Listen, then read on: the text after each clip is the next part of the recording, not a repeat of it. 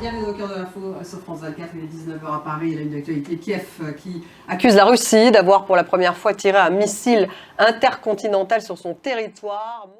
19h10, ce débat il est consacré justement à la CPI qui a émis ses mandats d'arrêt contre Netanyahou, Galante ou encore Mohamed Deif. Est-ce un tournant dans l'histoire du droit international? Quel est son impact politique? Quelles conséquences sur la relation avec Israël?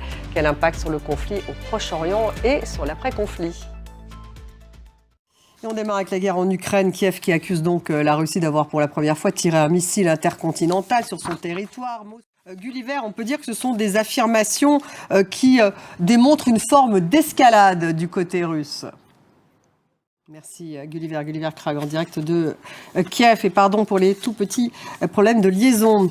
Actualité avec à la une la Cour pénale internationale, la CPI qui émet donc des mandats d'arrêt contre Benjamin Netanyahou.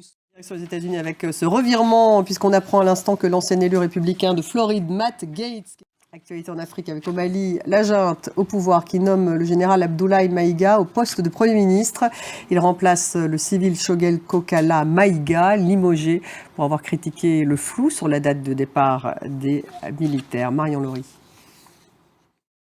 Et puis en Afghanistan, les autorités talibanes mènent la chasse aux livres, des livres qu'ils considèrent anti-islamiques, des ouvrages qui sont saisis à la douane, d'autres sortis des bibliothèques.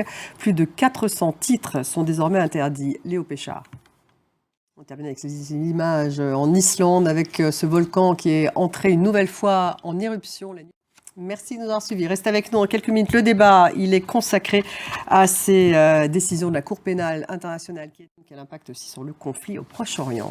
À tout de suite.